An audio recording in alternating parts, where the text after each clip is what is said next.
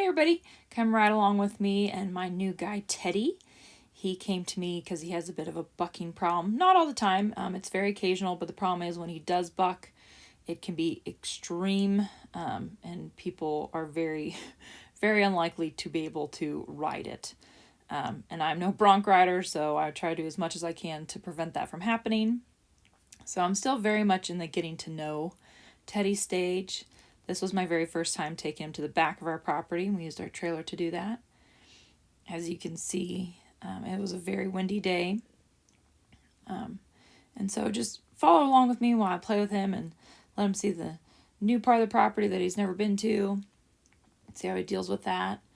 And with me right now, I'm really just trying to get to know him, build a partnership, get him to like me, figure out what he likes, what he doesn't like, what bothers him, what doesn't bother him. He's a pretty chill guy, but he can definitely get frustrated if you try to push him too much, and or he can get on a bit of an adrenaline spike. And I think those might be sometimes the causes for his bronching episodes. And so I've definitely been very conservative with what I've done with him, and I definitely always play with him on the ground first before I get on him, just to see where he is at headspace wise, and also just to get to know him more. But I'm all about safety. I really don't want to hit the ground, and so I'm going to try to do as much as I can to get to know him. And he's different than most horses in the sense that you got to figure out why a horse is bucking, and he is definitely not at all bucking because of discomfort or because of the saddle or fear of the saddle or anything like that. His is more of, I think, from frustration or / adrenaline. And so playing around. Our footing's still not quite perfect in the arena, so I opted to actually take him out of the arena. It was just a little slick in there. And I wanted to take him out and about anyways because we got some ditches, see how he handled that stuff. Check everything out. I like to see how they learn. As you can see, we got all our dogs with us. It makes for a great environment. Lots for the horse to think about. Give him the time here to think about it, figure it out. Figure out where his feet are. And these are probably different than ditches he's probably seen before, because these are just natural ditches that we have for irrigation. And he's probably only ever seen ditches that are a bit more proper, like on an eventing course, they'll have a better ground line. And so I just let him see it, really figure it out. Lets me get to know him a bit more. See how he thinks through situations. Left and right. As you can see, he's so talented. He's such an amazing mover. He's so beautiful to watch. His jump, his movement, everything is just so incredible. And I'm just really loving getting to know this guy. He's so fabulous. I got so fortunate to have him come into my life. I'm really excited about him. I'm really hoping that he might be my next upper level partner in eventing, if that's what he wants to do. You can see my little buddy there, Toby. He goes everywhere with me. My little corgi. Now we're going to go explore a little bit more, see some other ditches. And when I'm on the ground, I really want to move him around and explore and push him a bit and see how he responds to stuff. So you can see this is the backside of our property. Take him out on the hill a bit more, see how he does with terrain. Beautiful, lovely day. Although it was pretty windy, which I have to admit, wind is one of my biggest irritants. I really don't like it. It can really make me be very grouchy, but I have to work through that on my own personal level and not let it bother me too much. You can just see he's such a natural, balanced horse. Takes everything in stride. And here as I'm walking, I'm just kind of checking in with him, seeing if he's still paying attention to me. I'm really wanting him to connect with me. I definitely found he's a very sweet, kind horse, but sometimes he could just kind of be off in his own little world. And I want him thinking towards me a little bit more. And that's the same thing like when I'm riding. I want him to really think of me as part of the process and part of the partnership, as opposed to him just going out around doing his own thing. So I like him to check in, see what's going on. We have this great big kind of ditch and hill here. And it's great to just see how he thinks through this. And it's quite steep, but it's nice because it kind of tapers off, so I can kind of play with it if he gets a little unconfident. I can just kind of move it around a little bit and have him do an easier spot. And I'm just simply just seeing here if I can just have the conversation with him of, can you trust me? And can you follow this feel? Even though it's a bit scary looking and feeling with the footing kind of going away from him. But I'm just trying to build this partnership and get him trusting me and working on our communication skills that we can work through these little things and understand each other. It's not just simply about him doing it, but it's about the conversation that we're having while we're doing it. That it's building our partnership, building our trust, building our communication. It's not just simply do the task. It's how can we communicate through doing the task.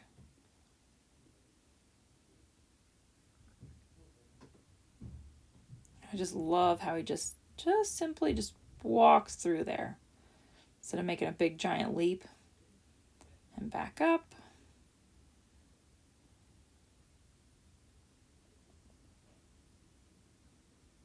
Come back to it again.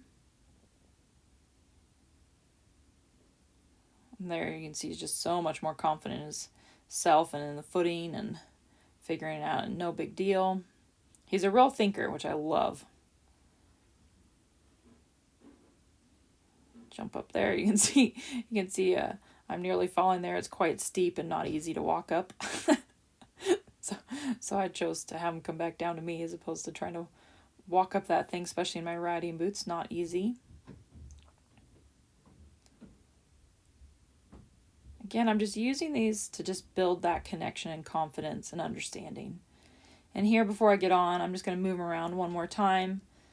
Really making sure that I really ask him to move forward, that there's nothing in there, but when he moves forward, though, I still want him to be able to connect and think back to me. So just really moving his feet out there. And I decided not to ride him in the arena because the footing was just a bit slick. And if something did happen, I didn't want him slipping and falling or anything like that. And he was feeling good enough that I felt like it was okay to go ahead and actually try to ride him out. It was definitely a gamble because, again, I'm still getting to know this guy. I do know he has a past of occasionally unloading his riders. And it's not an all-the-time thing. It was not like an every ride or anything like that, but it definitely occasionally happened, and when it does happen, it can be quite extreme. So again, I just really want him to connect with me and think to me. And so when I get on here, I'm actually going to give him a cookie. And you can see he's getting in the pattern of that. He's like, where's my cookie? And I'm okay with that because I really want him to be thinking about standing and hanging out, getting his nice cookie. He's a very food-motivated horse, so I'm going to use that to my advantage to help teach him some things. I don't use it all the time, but it can be hugely helpful for horses. And here I'm going to go quite passively at first, just feeling anything out. And if I felt anything a little off, I would totally hop off and play with him on the ground again. I'm just going to take him through his paces and see how he's feeling internally. How is he responding to the pressure that I put on him? Is he responsive to it? Is he reactive to it? Is he resistant to it? All those things kind of let me know where his mindset is at. And definitely when I first got on, he was just slightly resistant. Nothing terrible, but it was just kind of letting me know that it wasn't 100% connected.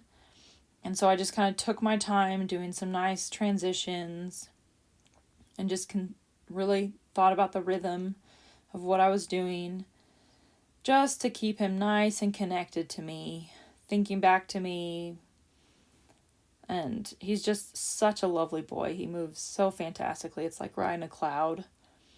I can't help but smile. Just watching him, riding him, he's just such a lovely guy. Such a handsome boy, too. Again, just taking my time, feeling it out. Making him feel really good for downward transitions. Give him a cookie, help him think back to me. See how the canter's going. And I'm not too worried about how perfect it is or anything like that. Right now, I'm just trying to get him to know him, feel him and testing him out. Like, it's not just about training in this moment. It's more about just being his partner and feeling him in this moment. Just getting to know him. See how he is in a new area. Such a dream to ride. And so now we're going to play with taking him and doing the ditches and seeing how that goes. See how he thinks about it, how he is with a rider. See if that changes anything. See if it brings his blood up at all. And so with this, I go over the ditches a few times. And if I ever feel his adrenaline spike at all, I'm going to shut it down actually quite hard. Because it's kind of like a boulder rolling down the hill. If you stop it at the very beginning before the momentum really gets going, you got a chance of stopping it. But if it goes down a bit farther, it's really hard to stop. So you're going to see here, not with this one, but the next, his adrenaline comes up and he kind of surges forward and I shut him down quite hard. Just being like, nope, that's not even an option. Again, trying to quit it before that boulder rolls too far down the hill. And then what I'm doing is really rewarding him for shutting down, like coming back for me. And I'm actually going to give him a cookie. Because I want it to be very easy when I say, nope, don't do that he comes back really easily and it's not a big deal.